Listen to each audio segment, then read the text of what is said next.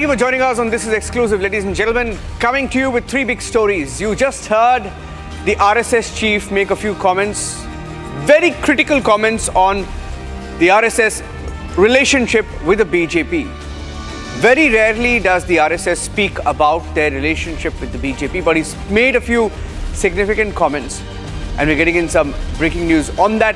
And from Bihar, two big exclusives on the show. There is a terror threat. A few Pakistani terrorists have entered via the Nepal border. We have some exclusive details on the show. Here are the headlines.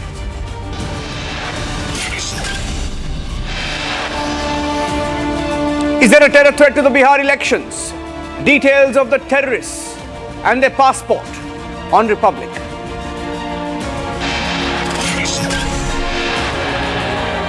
Three Jaish-e-Mohammed terrorists reportedly in Bihar ahead of the elections from Rawalpindi, from Umerkot, from Bahawalpur.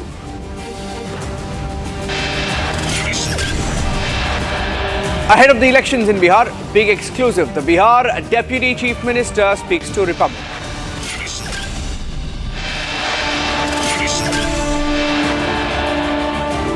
Critical comment from the RSS chief. He says, we don't decide for the BJP. He admits that sometimes there are disagreements, but adds there are no fights.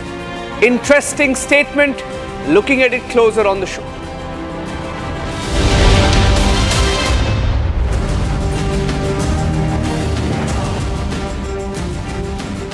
"100 years of the Sangh Parivar" and the RSS chief Mohan Bhagwat took questions today, a very rare interaction with the media.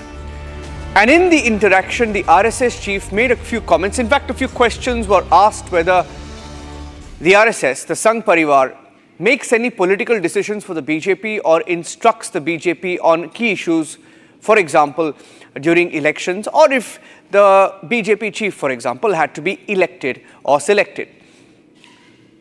The RSS chief made an interesting comment. Here's what he said. It has no subordinate organizations. The organizations in which Swayamsevaks are working are independent, autonomous, and they are expected to be self-dependent. But there is no subordination of any kind in RSS. As an organization, in RSS, we daily sing एकात्मता स्तोत्रम. तो एकात्मता स्तोत्रम, उसमें पहले सच्चिदानंद रूपाय भगवान को वंदन है, फिर मातृभूमि का वंदन है, उसके बाद भारत की नदियाँ, भारत की पहाड़, इनके नाम है, फिर ऋषि परंपरा से लेकर तो वैज्ञानिकों तक सबके नामों का उल्लेख है. वैज्ञानिकाश्च कपिल, आखिरी बता रहा हूं मैं, ऋषि परंपरा को छोड़ देता हूं, लेकिन यहाँ वैज्ञानिकाश्च कपिलः कणादः सुश्रुतः चरको भास्कराचार्यो वराहमिहिरस्वधि नागार्जुनो भरद्वाज आर्यभट्टो बसु जगदीश चंद्र बसु बसुर्बुधा ध्येयो वेंकटरामश्च विज्ञा रामानुजादया. तो पूरी तब से लेकर अब तक की वैज्ञानिकों की परंपरा रिप्रेजेंटेटिव रूप में उसमें आ गई, और इसको हम रोज कहते हैं, और वर्गों में हमारे प्रशिक्षण में एक एक नाम के बारे में जानकारी देते हैं. ये संगम नित्यक्रम है, अनेक वर्षों से है, और जैसे जैसे समय बीतता है वैसे वैसे ये लिस्ट थोड़ी बदलते हैं, अत्याधुनिक करते हैं उसको. अभी की जो चल रही वो मैंने बताया. तो भारतीय नॉलेज क्या था, हमारे यहाँ विषय रहता है बौद्धिक वर्गों में भारत की ज्ञान परंपरा, आध्यात्मिक ज्ञान से लेकर तो विज्ञान की परंपरा तक. Ratan Sharda is an author and also very close to the RSS. He follows the RSS, and he's spoken about the coordination mostly with the BJP and RSS in the past. He's had strong views. Ratan Sharda, he made a very interesting comment. I think one of them asked him whether they, make decisions for the BJP. And he interestingly said if we had to make decisions, things would have moved faster. I think that's what he said. He said if we had to make decisions, things would have moved faster. Right? Now, what do you make of this comment? It shows that the decision by the BJP has been taken by BJP. Any organization has to take its own decision because if they are differing on the decision, RSS cannot be blamed for that. So they are taking their own time. And we can have decision because in RSS we don't keep any post vacant for very long time. So that's the message, and that's what he wants to say, that we are not controlling BJP. We are controlling no organization. In fact, he said smallest to biggest, all of them are autonomous, and there is no fight. Also, that also he said. Now, Ratan Chadha ji, this is critical. I'll tell you why. Because after the 2024 elections, you wrote that very viral article in the Organizer, right? And you mentioned a few lessons that had to be learnt. And specifically, today, Mr. Mohan Bhagwat has said that, yes, we do have disagreements at times, but not fights. That's roughly the translation of what he said, right? Right. How do you look at that? Yeah, that's what I also said. If you remember, what I said was same thing. I said there is no fight. It is the problem with the middle level leadership that did not take the local cadre into confidence, whether BJP or RSS. That was the issue. There was no fight, and that is why you saw a very different approach during next elections. So again, there is no, as we said, there is no fight, but there can be disagreement the way issues handled. And as people from the same group of ideology, we have a right to have our say. At the same time, it's right of the BJP government to agree or not to agree as a party. Because if you see, that's what Mohanji also said, that the final decision of governance has to be taken by the people who are in the government, because they are the experts. And we as the people of the society, we have our own views, but we are not experts. So we'll express views, but it is for the people who are in the power to decide it.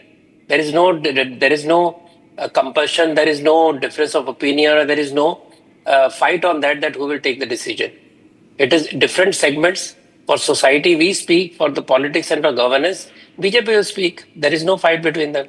Okay, interesting. We heard that statement that he made. Very rarely does he take questions or speak about these issues, but it was interesting to hear that, and good to get your perspective as well on this. Ratan Chadha, thank you for joining us on This Is Exclusive. Thank you very much. Moving on to the big story that we are tracking from Bihar next. I'm going across to that.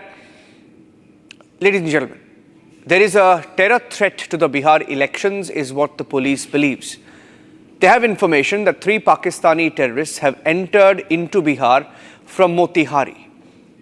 We've accessed some of the details of these terrorists, including their passports, or what has been shared by the Motihari police.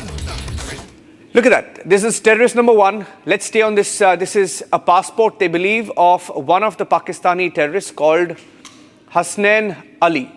Hasnain Ali, a Pakistani from Rawalpindi, date of birth 6th August 2005. There are details of a citizenship number as well on this passport copy. Now let's go to the second terrorist.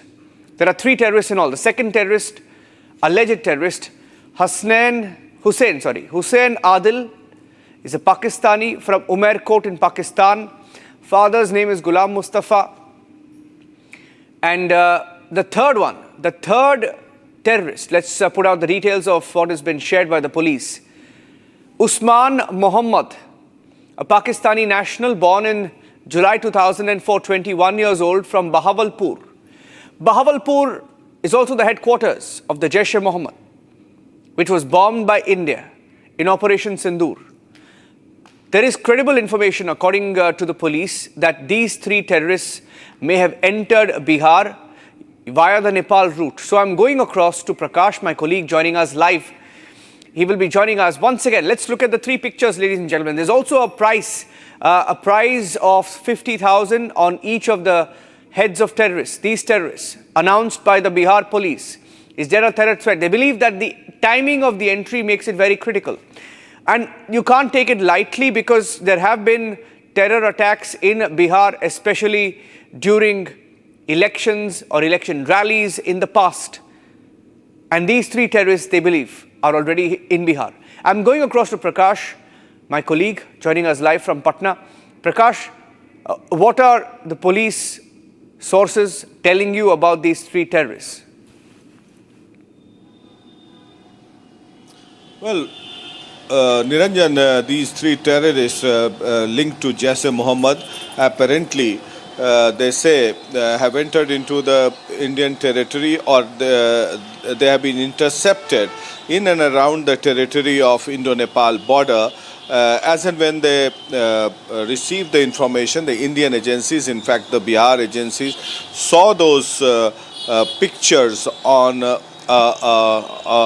specified app, which is not to be quoted on this on our channel, and they intercepted the photographs, and thereafter raids are being conducted at various places in East Champaran district of Bihar.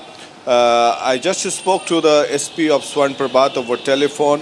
He's been personally monitoring. Teams have been conducted. Remember, Yazin Bhatkal was arrested from the jungles of Nepal adjoining West Champaran in Betia, and by then SP Mr. Binay Kumar on a tip-off from the IB, and on the same pattern. The exact veracity of these three people are yet to be known as to what is their background. The fact check has to be done. It will be inquired, but the passport name says Hasnan Ali, Adil Hussain and Muhammad Usman. On many occasions we have also seen that on Pakistani passports, it's fictitious passport, names are changed. So they may not be carrying their original name according to the passports. It may be some duplicate name to make an entry into the Indian territory as well. We all know what the ISI is up to. But yes, you rightly pointed out, it is an election year in Bihar, and in the poll-bound states where massive rallies are being organized. Today, Rahul Gandhi, Tejasvi Yadav is in that particular district of East Champaran where this news has come in from. So it's equally sensitive, and we all remember, as you were saying, that in 2014 in a poll rally in Patna's Gandhi Maidan, there was a bomb blast that took place and that shook the nation, and thereafter many people were arrested, and I can tell you that all those terrorists have been acquitted in that case. So we'll wait and watch what kind of raids are being conducted, at where. We'll keep you updated about all the developments. Back to you. Thank you for that update, Prakash, joining us. And we have another exclusive input from Bihar, where Prakash is reporting from. My colleague Sucharita, who is in Bihar covering the election, spoke to the Bihar Deputy Chief Minister Samrat Chaudhary. Here's an excerpt. सम्राट चौधरी के नेतृत्व बिहार के मुद्दों की बात करूं, उससे पहले एक बहुत ही संवेदनशील मुद्दे की बात करना चाह रही हूं आज। राहुल गांधी, तेजस्वी यादव के रैली में जिस तरह से कुछ अपशब्दों का इस्तेमाल प्रधानमंत्री के लिए किया गया, उसको लेकर आपने बहुत सख्त लहजे में बात की है। देखिए, साफ तौर पर दिखता है, मानसिकता दिखता है। ये लोग ये नहीं समझ रहे हैं कि देश में लोकतंत्र, राजतंत्र नहीं है। राजा का ही पुत्र सत्ता में नहीं बैठेगा, और आप गाली गलौज पर, माँ बहन पर यदि आ रहे हैं तो ये लोकतंत्र के लिए शर्मसार करने वाला समय है। राहुल गांधी को सबसे पहले और तेजस्वी यादव, लालू जी के परिवार को माफी मांगना चाहिए। इस तरह की घटिया राजनीति कभी भी लोकतंत्र में नहीं हो सकता है। ये इराक नहीं है, ईरान नहीं है, ये हिंदुस्तान है, और हिंदुस्तान में लोकतंत्र है, और लोकतंत्र में लोक लज्जा है। और यदि देश के प्रधानमंत्री जी को, उनके परिवार, उनकी माँ बहन को गाली दिया जाए, इससे बड़ा शर्मसार कुछ नहीं हो सकता है। पीड़ा देने लायक है, इससे ज्यादा पीड़ा कुछ हो ही नहीं सकता है। नहीं तो आपको लगता है कि इसके लिए राहुल गांधी और तेजस्वी यादव व्यक्तिगत रूप से जिम्मेदार हैं, उन्हें माफी मांगनी चाहिए? एकदम उनका कार्यक्रम है। हाँ। कोई माफी मांगने से छोटा नहीं होता है। राजनीतिक तौर पर राष्ट्रीय जनता दल और कांग्रेस पार्टी को इसका माफी मांगना चाहिए कि प्रधानमंत्री के खिलाफ जिस भी कार्यकर्ता ने ऐसा किया उसको पार्टी से निकालना चाहिए, कार्रवाई करनी चाहिए, और इसको ध्यान रखना चाहिए कि ये लोकतंत्र वाला राज्य है। आपको लगता है बिहार में चुनाव हो रहा है, नेतृत्व नीतीश कुमार कर रहे हैं, आप बीजेपी साथ में है, लेकिन बार बार हमला प्रधानमंत्री पर क्यों होता है? देखिए, देश के सबसे बड़े नेता हैं, लोकतंत्र रखना प्रधानमंत्री जी ने, और जिस तरह लोकतंत्र को स्थापित किया, ये सबसे बड़ा चैलेंज रहा। और कांग्रेस पार्टी को लगता है, और स्वयं राहुल गांधी जी को लगता है कि मेरे माताजी 10 साल तक सुपर पावर थी इस देश की, मेरे पिताजी 5 साल तक भारत के प्रधानमंत्री बन के रहे, दादी 13 साल प्रधानमंत्री बन के रहे, 20 साल तक पंडित नेहरू प्रधानमंत्री बन के रहे। तो इनको लगता है कि ये राजतंत्र है, हमारा राज्य है, हमारा हिस्सा है, ये गरीब का बेटा कैसे बैठ सकता है। इसलिए तुम तड़ाक बोलते हैं, प्रधानमंत्री जी पिता तुल्य है।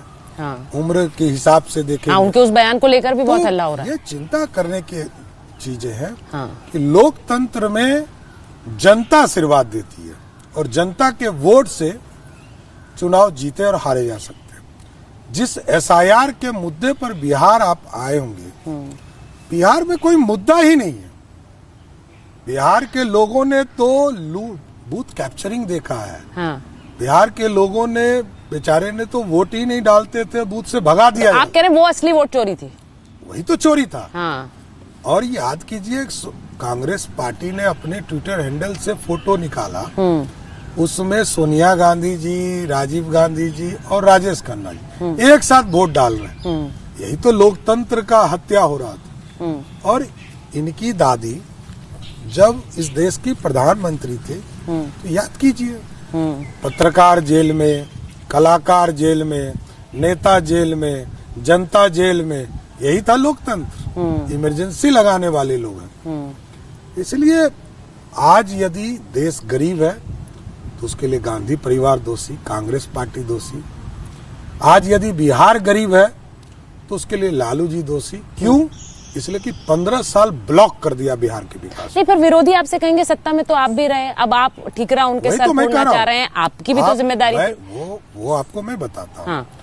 देखिए, विकास, एनडीए तो एक ही मॉडल पर साथ है ना। नीतीश जी की अलग पार्टी है, बीजेपी अलग पार्टी। हम दोनों साथ सिर्फ इसलिए आते हैं कि बिहार के विकास कमिटेड है।